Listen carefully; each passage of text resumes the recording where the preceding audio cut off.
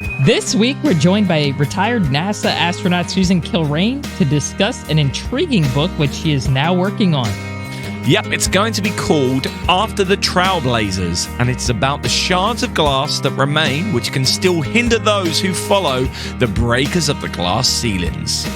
Please keep in contact with us at Space and Things 1 on Twitter and at Space and Things Podcast on Instagram and Facebook, or via the contact form on our website. And don't forget to press the share button if you've enjoyed this episode. But right now, enjoy episode 87 of the Space and Things podcast. Oh my God! Unbelievable! Unbelievable, but is it great and done?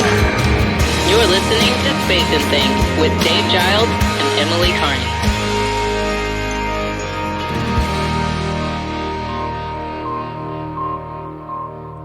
I'm Emily Carney. And I'm Dave Giles, and welcome to episode 87 of our podcast. So, lots going on. So much going on.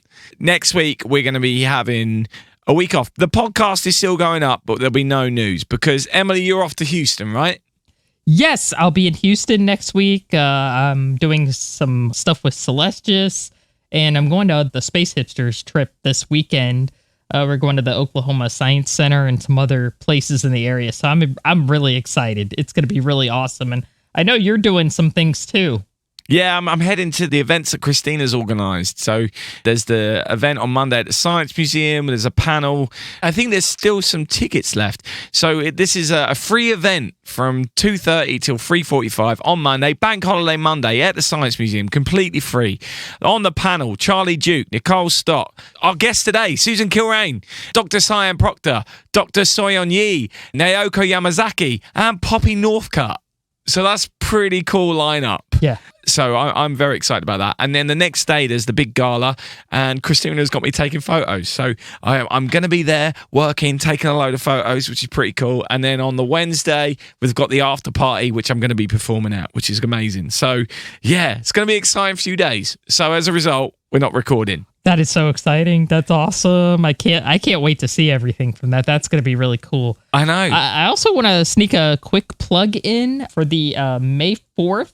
May the 4th be with you. Space Hipsters fundraising event, May the 4th at 8 p.m. Eastern time. So please join us. We're going to have some auctions. We're going to have some trivia. We're going to have some really amazing prizes as well. And all the proceeds from this will go to Taking Up Space. I'm just going to jump in here, Emily, because the prizes are ridiculous.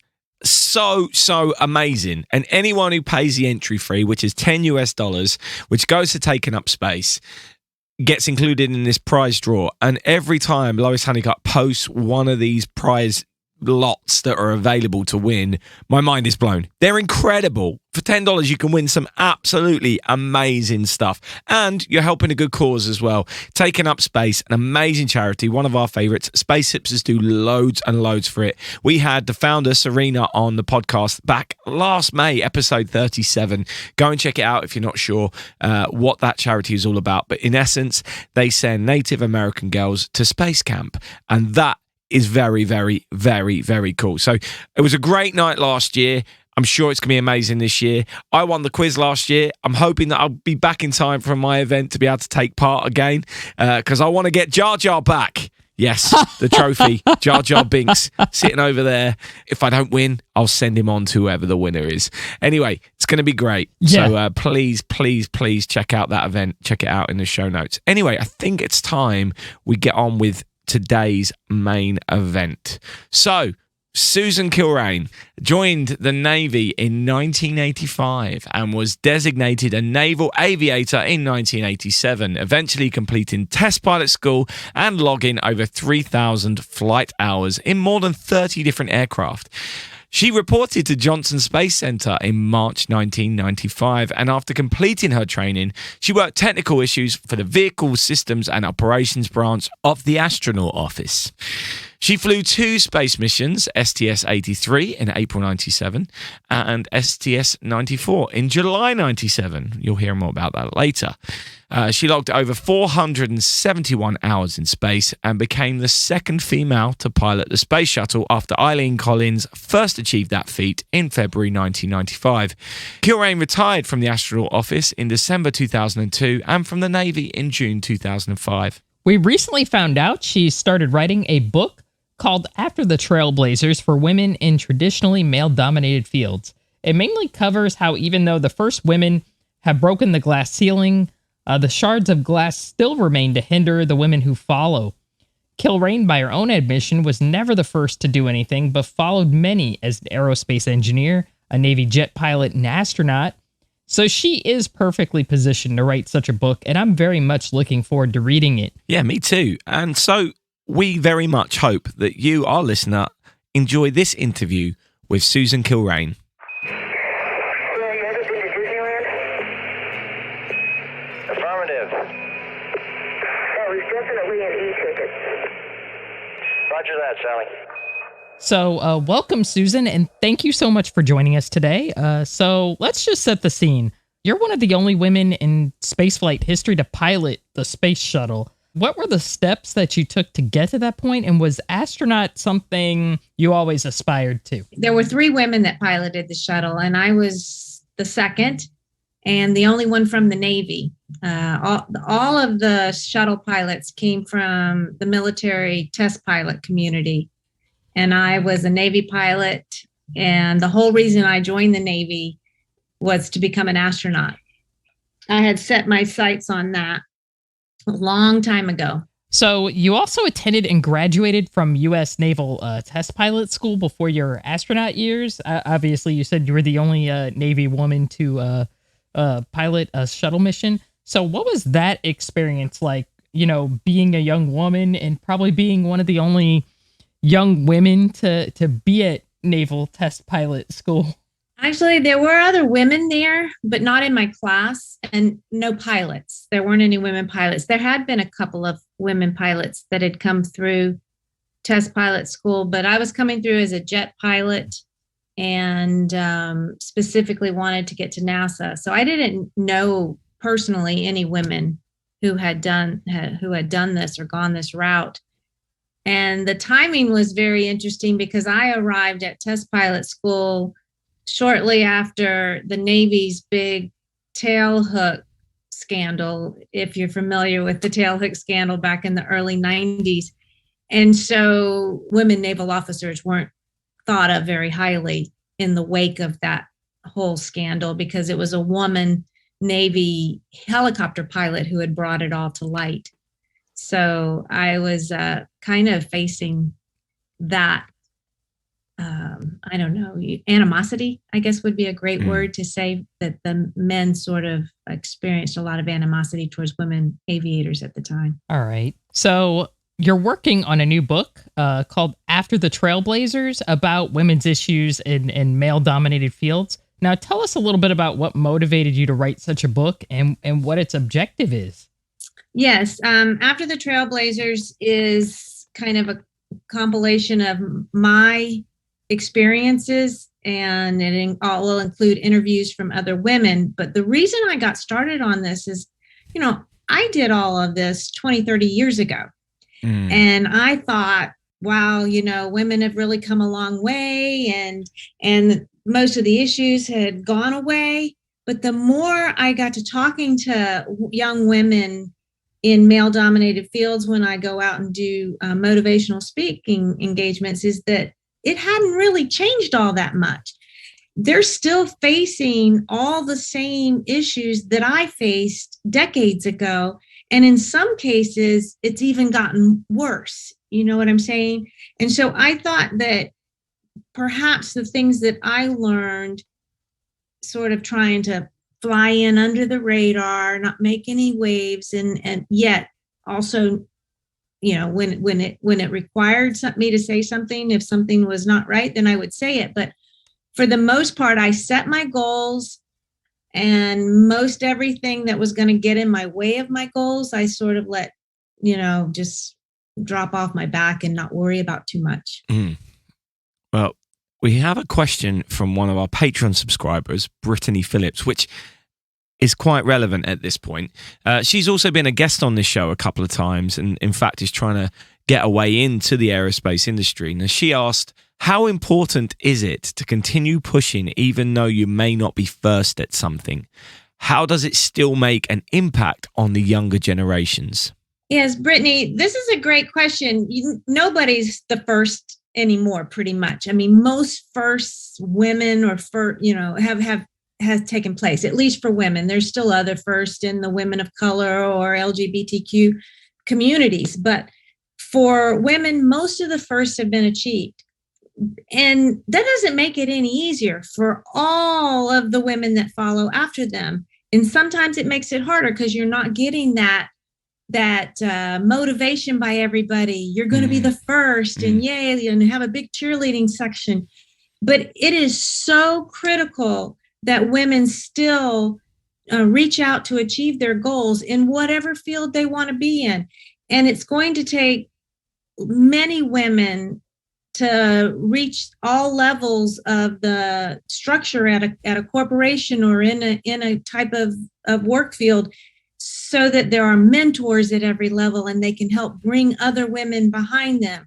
And this applies to any minority in that workplace. They need to be able to see people that have reached all the levels and say, well, yeah, I can do it. I mean, I wasn't fortunate to have a woman pilot to follow, but I never knew that women couldn't do it. It never occurred to me. And people weren't saying women can't, women aren't better, women aren't smart or whatever.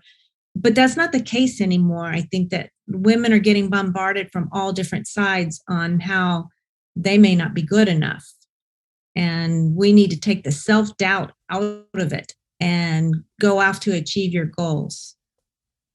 It was interesting you just said that you didn't necessarily have a pilot to look up to, a female pilot to look up to.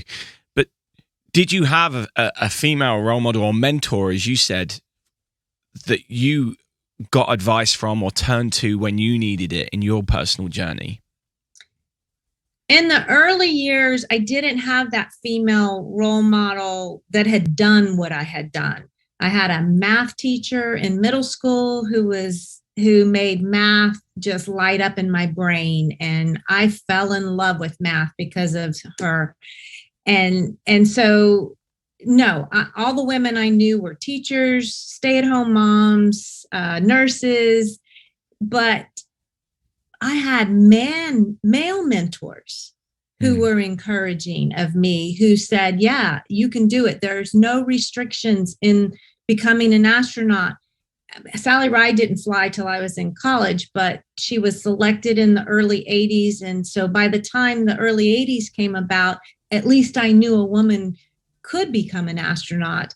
And so I didn't have that woman pilot, but I had an astronaut. And so I just kept plugging along until somebody told me I couldn't do it. And eventually nobody ever did. You mentioned that in the process of writing the book, you have interviewed other women from other fields. I don't expect you to divulge who exactly these people are at this point. You can leave it as a surprise. But what kinds of women can we expect to hear about in this book? Yes, there'll probably be one astronaut woman that I will interview, and out of a list of many, and then some from the military community.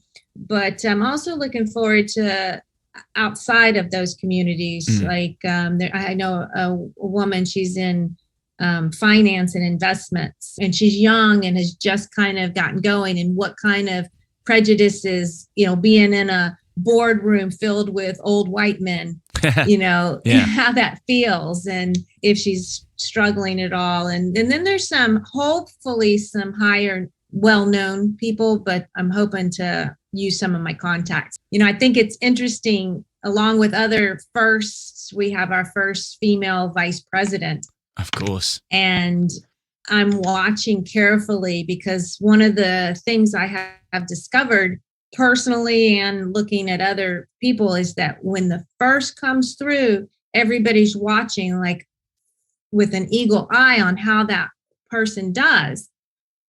And I was the victim of somebody coming through before me not doing very well. And so they didn't want to accept me because by virtue of the fact we're both women, somehow that meant that I wasn't going to succeed either. And so I'm really hoping that when all is said and done, that our vice president has favorable reviews, because otherwise it could really set us back in reaching the highest levels of politics in this country. That is so true, because when I was in the Navy, I was in the nuclear field, and not at the time, not many women were in it. Somebody came through, I guess one of the classes before me, who looked kind of like me, and she failed out. Everybody sort of expected, oh, the same thing's going to happen to you. And I'm like, what? Right. Because I look like this person? Like, that is the weirdest. No, we're not the same person. And I did fine. You know, I never really understood that. And then I figured years later what you just described, that kind of phenomena kind of occurred, that, you know, okay, you know, somebody, you know, before you failed, so now they expect that, you know, sort of there's this bias that other people are going to fail. Right. So yeah, absolutely. Right. It's weird.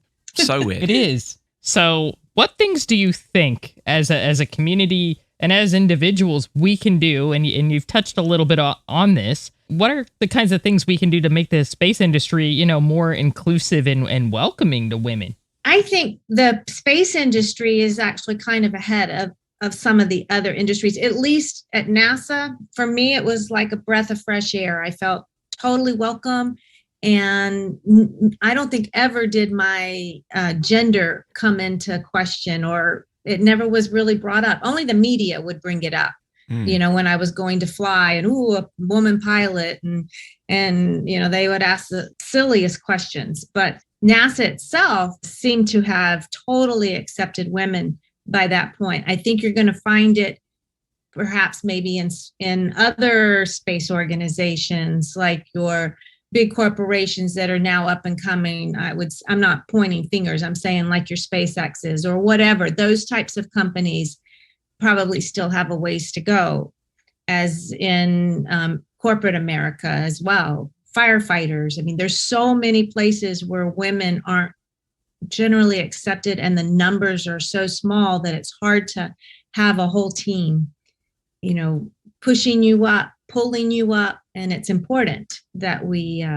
help mentor. Me personally, I like to mentor women in aerospace and sponsor them and make phone calls and help them in any way I can. And I think most of the women astronauts feel the same way. Yeah, it's great. We've heard stories of that before. It's really great to hear that kind of thing is happening. Some of what you're saying suggests that you may feel like the time when you were an astronaut may have been better for women than what it is now, perhaps. I may have completely misinterpreted you there, and I apologize if I have. But what are your overall feelings about where we are in the industry at this particular point? For me personally, all space exploration is good. You know, all the private industries launching into space. And the main reason I feel that way is because every person that goes into space comes back with a new perspective of Earth or of space flight or whatever that they can then spread to their network of people and to children. And so I would say that this is a great time. There are people that are analog astronauts or that are, you know, it's just, there's such a wide field. I mean, in my day, you went to NASA or you didn't go into space. And there were other countries, of course, but for the most part, you went to NASA or you didn't go into space. And now there's just so many other opportunities that are looking from it from a different perspective, like huge media platforms that can then get the word out. And I think it's an amazing time for any young person who wants to get into space. And it doesn't have to be aerospace engineering. It can be almost anything these days that you're going to take into space with you.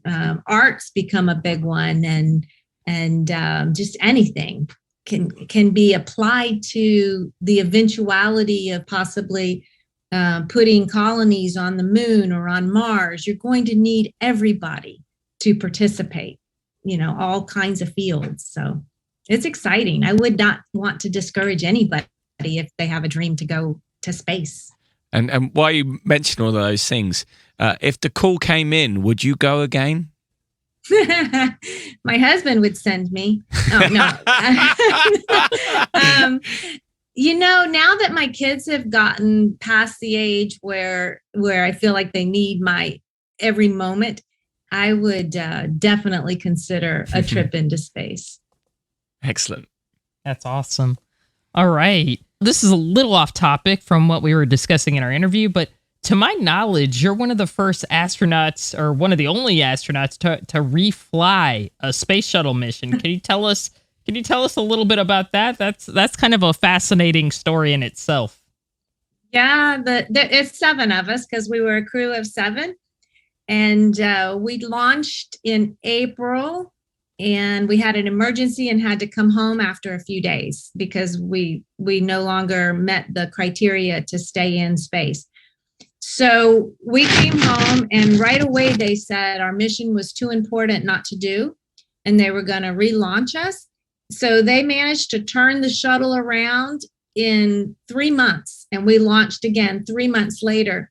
Wow. And not only was it kind of like 2 for the price of 1 for me, but it was amazing the differences. We had been only in space a little less, right about 4 days. And then 3 months later, we launched again. Nobody felt sick to their stomach. Everybody was able to work at 100% their first day on orbit. It was like your brain is so smart. It adjusted to being in this weird environment right away. And we were able to get so much done in the 16 days and complete the mission. Yeah, that's actually really interesting. The idea that the brain learnt how to adapt to space so that 3 or 4 months later, when you went back and no one had space sickness. I think that's absolutely really fascinating. So I know we're still off topic, but this conversation has also got me thinking about crew size. Back in the shuttle days, there was 7 of you. These days, most crews are 3 or 4 people that going up at once. I wonder if you feel like there is merit to a larger crew or to a smaller crew. What are your thoughts on that? Do you get what I'm saying with this? Right, I get what you're saying. And on the International Space Station, even though they're only sending up 3 or 4 at a time, depending on the vehicle, there's still 7, 10 people up there. And so once you get there, it's a larger crew. And so that's pretty appropriate now. Back in the space shuttle days, at the beginning, at least, there wasn't an International Space Station. So you needed more crew members. We were working 24 hours a day. So we had a shift of 4 people and a shift of 3 people.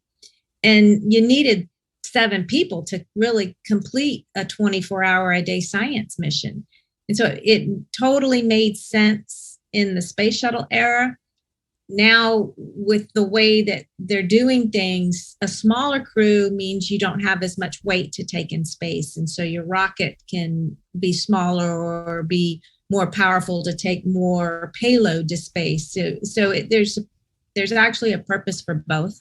Yeah, of course. That makes a lot of sense. So when do you think your book is going to be available for release so we can read it and we can plug it?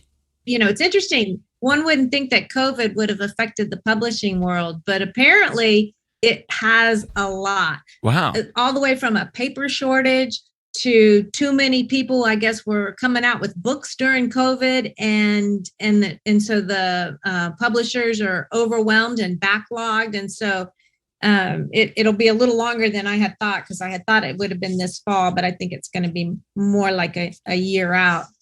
And the target audience for the book are young women, young women that are thinking of being in a male-dominated field or already are in a male-dominated field and struggling with some of the things that are going on, or even women of color or LGBT, anybody that's a minority in a workplace. And I mean a big minority. I'm not talking about 40-60 split. I'm talking about a handful versus the many, and how important it is to set your goal, find mentors and sponsors, and let the little stuff just slide off your back, and how to address it if it's a big stuff, if it's something major that needs to be addressed, and those types of things. And how my stories of flying in space or being an aerospace engineer or even flying an airplane, how that applies, how I learned these lessons by living them. Absolutely. Well, I can't wait.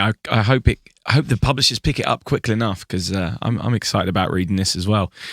Yep. I think I'm going to be seeing you in London next week. Oh, great. Which is cool. Have you got any other events coming up or things coming up which you'd like to talk about at all at this stage?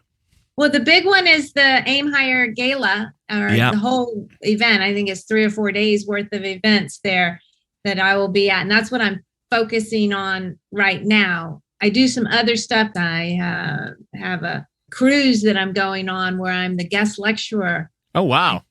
Some of the cruise industry has discovered that people love to hear about space. You know, I did one last year to the Antarctic because it's so similar to going to space, going to the Antarctic. You know, you're isolated on a small boat, limited resources and whatnot. And it was very well received. So they asked me to do some more. Fantastic. Well, Emily, have you got anything else?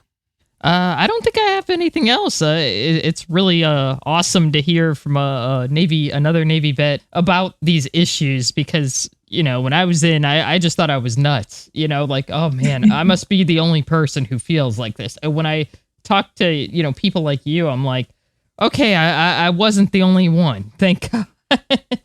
Yeah. So thank you very much. Oh, it's my pleasure. I look forward to seeing you in London. Thank you so much for joining us. This has been amazing. This was yes, awesome. I'll see you next week. Yeah, look forward to it. Thanks, Emily. Thank you so much. You know, I think it's a wonderful time for human spaceflight, because I think we finally recognize that it's not worth going unless we go together, that it's important to not turn away any innovative idea, that everyone has a role and everyone has a place at the table as we move forward. If we're going to go for all humanity and to support humanity's love for exploration, then we have to do it with all humanity. And I think we're seeing that as our plans unfold for going back to the moon, seeing the first woman walk on the moon in 2024, and just recognizing that we have to go together if we're going to go, and we're going to do it right.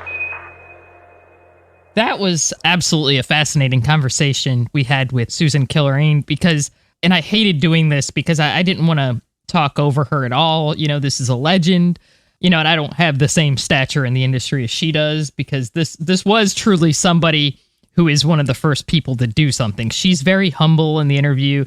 She tries to say, you know, oh, I wasn't one of the first, but she really was one of the first. Yeah. But I could relate to a lot of what she was saying, because it was just, there are patterns that I've noticed in the military and as a civilian that just happen to you as a woman, especially with them wanting to sort of shoehorn you in it, you know, in sort of this position as, well, somebody else did this, so you might too. Like, what? Like, literally does not make sense. But I can't wait till this book comes out, because I think this will be a marvelous tool for especially young people who really want to get into this industry, you know, and kind of how to navigate things and figure things out without losing your mind. We need this. Yeah, I like the fact that she's also bringing in other women's stories from other industries. I think that's really important, and it makes this book bigger than just a space book, another book that's going to go in our space book collection. This is going to be bigger than that. And particularly this idea that the first woman has extra weight on their shoulders. Look at the vice president in America at the moment, for example, like she said. That's a crazy phenomenon. And I know, Emily, you and I have joked about Elizabeth Holmes on this podcast before. Yeah.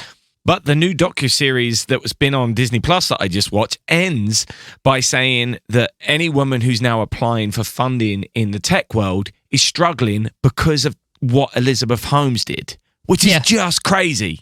You've got one person who's come along, big idea, done something no one's done before. Dishonest. And because she was dishonest, unfortunately, that impacts anyone who actually is good and wants to do something. And just when you don't need that in this world for women, just as strides are being made, can get taken backwards. And it's a really odd phenomenon. Why do we not treat every case individually? Yeah. It just, you know, especially when you're not related or connected to that person at all, other than because you share a trait, either gender or race or sexuality or whatever it might be. So that's something that we all need to do better as well at saying, okay, well, that person may not have done very well, but that doesn't mean that all people from that group can't do it. Exactly. And I found that bit really interesting. Yeah, that is really interesting, because, like, I'm getting a little off topic here, but you notice like Bernie Madoff did some awful things that didn't really prevent like male entrepreneurs from getting investments and being able to do startups and things like that, because which to me is weird, because with women it's all, well, Elizabeth Holmes, and with men it's like, well, it's completely different. So I totally agree. I mean, it really sucks. Like, yeah, it does. I'm just being blunt here. Elizabeth Holmes was extremely dishonest, and unfortunately, it caused other people to think, well, maybe this other person's dishonest too. Yeah. I think it's an important thing we need to discuss, not just as women, but as human beings. Like, why do we have this weird bias? And I think we've all probably been guilty of it at some point as well. It's something we all need to check ourselves on. Like, why do I think that person's no good? Or whatever, because we've all probably thought someone can't do something who's capable. We've all probably doubted someone, and sometimes for legitimate reasons, but sometimes is it just because we have an inbuilt prejudice that we haven't clocked yet? Yeah. That you just need to sort out in your own head and your own space. Yeah. And sometimes, I mean, it really is stupid. It's as stupid as the way the person looks. I mean, I know it sounds dumb, but, I've definitely been guilty of that, Emily. I definitely have been guilty of that. This person looks like somebody else who's shady. I mean, I know that sounds crazy, but I mean, I think that is something that really, I think unconsciously, and I'm probably guilty of it as anyone else. I'm not about to sit here and be like, oh yeah, I'm perfect, I've never made a snap judgment on somebody. No, I have before. And years back, you'll look and you're like, why did I do that? Why am I a jerk? Yeah. We need to examine that in ourselves, definitely. Because I'll be real. If I said I hadn't done that, I'd be lying. Exactly. And it's conversations like we just had with Susan who really focus your mind on that a little bit, don't they? Just go, oh God, I think I've done that. That's not cool. Why did I do that? And try and catch yourself. I don't know the answer to this, but how do you catch yourself doing it in future? I think that's the thing. But actually, having these conversations out loud may actually be the way that you catch yourself, because you can remember that you've spoken about this, and so on and so forth. And there was another thing that popped out for me in that interview, and I know it's obvious, but we sometimes forget the power of teaching, right? She's mentioned her maths teacher being a real influence on her and really opening up maths for her and a love for math. Sorry, as you Americans call it, math. It's okay. I got it. And I just think it's a wonderful thing, isn't it? I mean, I'm sure we've all got examples. I have in music for sure. I'm sure you do in many fields, literature or whatever it may be. But we've all got that, right? And recently you spoke about George coming in, our friend George, who unfortunately passed away recently, coming into your school as an educator and inspiring you. And that was part of why you love space now and all that kind of stuff. Absolutely. So it's so powerful having teachers or mentors as a young person that just can inspire you. And I know it's obvious, but it's just amazing. It's just amazing. That always gets me when you hear those kind of stories. Yeah, absolutely. I mean, and especially, in the United States, I feel like math was really not something geared towards women. During the time I grew up, a lot of women failed it, because it was like not really geared towards us. The message we got is, oh, it's hard. It's difficult, and when you tell somebody that, oh, something is hard, you build up a resistance in your mind, like, man, this is going to suck. I don't want to do it, Yeah. So it is key for educators to try to put forth, a good, okay, this is why you need this skill. I was very lucky, I can't say I'm a math genius, but I had some excellent teachers who really, I felt, put sort of a good, okay, this is why you're going to need this. And of course, being a kid, I was always like, oh, I'm never going to use this stuff. And of course, what's the first thing I do when I join the Navy? I'm using math all the time. The example that she brought up with math, that's something that, I feel those subjects really need to be enterprised to, I hate to say it, not just men. I'm not trying to be sexist or reverse sexist in any way, but that's always been a topic, at least during my upbringing, and I'm sure during Susan's upbringing as well, that you're just like, oh yeah, it's kind of hard. A lot of women don't do well at it. And it's like, No, that's not the message we need to be sending out. It needs to be that, okay, with some practice, these are the skills you need to have, and you can achieve that, I guess. I completely agree. I just think I wanted to bring it up because I think there are probably people who are listening who are teachers who are those mentors, and you may have had dreams of going to space, but or doing something else, and may think that actually you're not much because you amounted to a teacher, because that's another thing that gets pushed out, right? Oh, you're just a teacher, right?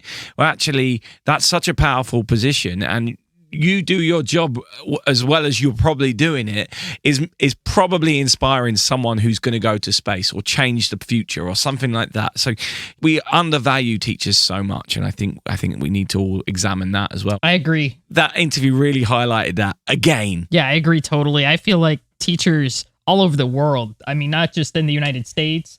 In the United States, there's a lot of talk about, teaching and how a lot of people are leaving, but, I've talked to people all over the world, and a lot of them are just very disillusioned, especially after COVID. And it's like, we just do not value that profession as much as we should. And I completely agree. We need to reevaluate our how we look at certain professions, because teaching, I think, is right up there. Number one, we need that. That's the backbone of society. Absolutely. Emily, right at the front of the interview, Susan mentioned the Tal Hook Scandal. I'm not familiar with it. Might be because it was when I was too young, or because it was in your country. Do you have a brief synopsis of what happened there? Okay, I'm going from the Wikipedia page here. I vaguely remember when it happened because I was a teenager. It's really pretty bad. I'm going to preface this with a trigger warning for our listeners. It was a scandal in the United States Navy and Marine Corps. There were male officers, who were alleged to have sexually assaulted up to 83 women and 7 men at the Las Vegas Hilton. And I'm not laughing because it's funny. It's just unbelievable. It happened at the 35th Annual Tal Hook Association Symposium from September 5th to 8th, 1991. There is a Wikipedia article on it if you would like to read further on it. It is pretty upsetting, but I believe that there was a woman whistleblower for it. Right. That explains what Susan was getting at there. I hate saying this. I don't know if attitudes in the military have changed much since then. There's part of me that thinks even now a woman whistleblower would just be destroyed in public. Yeah. I don't even want to get into it. There's kind of a culture in the military in general of just silence. Like, okay, this happened, but we're not going to say anything about it. Well, let's hope that it is changing. These things do change slowly, so it's not going to be an overnight thing at all. If it happened 20 years ago, 30 years ago, it probably is still a thing, but hopefully not as much as it was, and hopefully continuing to get better. I know I'm not making light of that, but absolutely, these things don't change overnight, do they? That's just how it is, annoyingly. But yeah, let's hope steps and conversations like this can help. Anyway, that was a great interview, a great subject matter. I've really enjoyed getting into it. So the full unedited interview you can hear over on our Patreon page, which is patreon.com/space and things. And like you heard in the interview, if you're a member of our Patreon, you can submit questions to our guests. I ask every time we have an interview, and I just want to point out that Don Irwin sent me this with regards to this interview. He said, like episode 27 with Christina Corp and Mike Mullane, I think I should just listen to learn how I can be a better advocate for women and others who have to work harder to prove themselves on the job. I reread the Not All Men Time article posted in the notes of STP87, as it is good to remind ourselves that we should listen to others without imposing our own story into theirs. He goes on to say, although that sounds like a lot what I'm doing here. Anyway, thank you, Don, for that comment. I needed to read that as well, especially before this interview. So thank you. I hope I didn't do that. But yeah, these key conversations are really great to have, and I'm really enjoying having them and learning. But also, I really appreciate the engagement from our Patreon. So please do get involved over there if you're willing. Also, I will put in the show notes links to Susan's social media pages so that if you want to keep up to date, you can do with her. And we'll obviously, as soon as we know more about that book, we will let you know as well. When you were a little girl growing up in Akron, Ohio, did you say, gee, I'd like to be an astronaut someday? No, I really didn't think about it until about 4 years ago when NASA announced that they were looking for astronauts who would be engineers and scientists on the space shuttle. And it was accidental that I heard about it, and I just took a chance and applied. And so on to this week's news. Amazingly, just one launch since our last recording. That doesn't happen often these days. It was a SpaceX launch from KSC, Kennedy Space Center, with some Starlink satellites. It was the first time they've used one of the first stages of their rockets for 12 different launches. So that's another milestone for them there. So although only one launch this week, there is apparently going to be 8 launches between now, which is the 26th of April as we record, and the 3rd of May. So a real busy time coming up. Yeah, May is going to be crazy. The Axiom 1 crew finally made it home after bad weather kept delaying their potential return. The mission ended up being 17 days long. As a result, an extra 6 days, I suppose they ended up with some good value for money as a result. Yeah, pray for bad weather if you're doing a private space mission. Right? That's insane. We covered this mission in depth on episode 85, so please check that out if you're wondering what we're talking about. With the Axiom 1 crew now home, that means there's space on the station for the Crew 4 mission to launch, and assuming that there are no scrubs, they should be in space by the time this podcast is live. Editor Dave here. Yes, that launch took place the very early hours of the 27th of April and was successful, and that crew are now in space. Back to you, Emily. We got 3 NASA astronauts, Jel Lundgren, the commander, Robert Hines, the pilot, and mission specialist Jessica Watkins, and we also have Samantha Christopher Reddy as a mission specialist as well. They'll be up there for a few months, and they've got a whole ton of work and experiments to perform. Well worth checking out the article in the show notes for more information. Yep, absolutely. A few weeks ago, we were discussing how the broadband constellation company OneWeb terminated their contract and will no longer use the Russian Soyuz rocket or their facilities to get their satellites into space.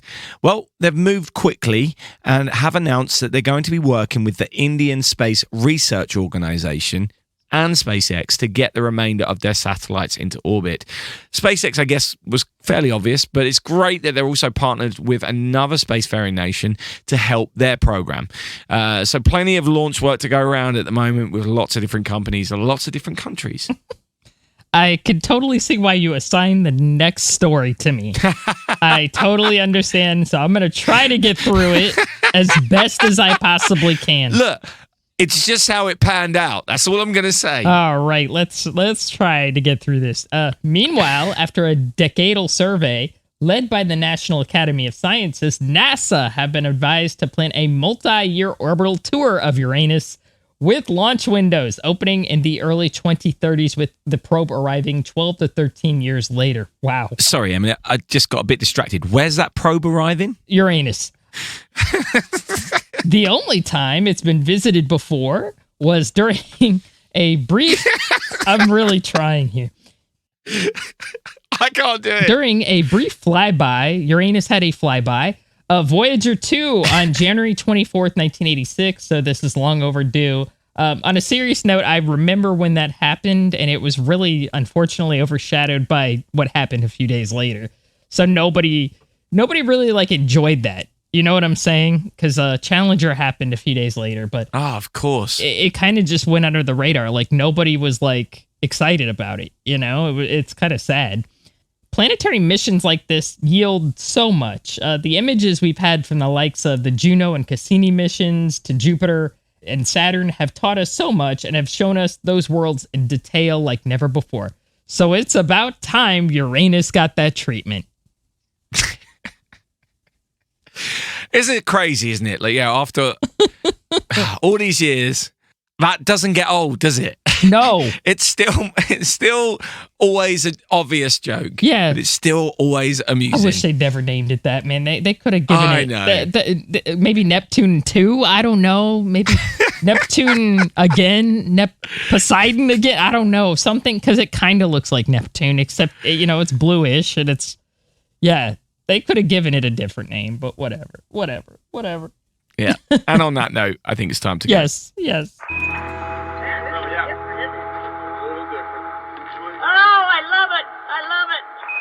Yep, that's it for this week. As we said earlier, Emily and I are both busy next week, so there'll be no news in next week's podcast, but I'm sure we'll get you up to speed on everything that's happened the following week. Thanks again for all your support. We've had had 3 new reviews on Apple Podcasts this week. I think that's our best week ever. Awesome. So thanks to Early Flyer, Erica Johnson, and Disney Twin Mum for your lovely words. I love the usernames. Also, we've had a few extra ratings as well. I just was thinking it would be amazing if we got to 100 ratings by 100 shows. I know we've got enough listeners to do it. So if you've got a tiny fraction of time, go on Apple Podcasts and give a star rating of your choice, 5. And that would be really wonderful. Also, anyone who is a member of our Patreon page, or if you join before the May the 5th, I've got an extra copy of Fred Hayes' book, which I'll be giving away and doing a little draw for. So another reason to go and check out our Patreon page. I'm also going to post some of the things that I'm up to next week at the London events within our Patreon page. So a few little bonuses going in there over the next couple of weeks. Awesome. And I don't want to spoil it, but I've read Fredo's book, and it's just amazing. I absolutely love it. So you're definitely going to want to try to get your hands on this one. So that's really nice.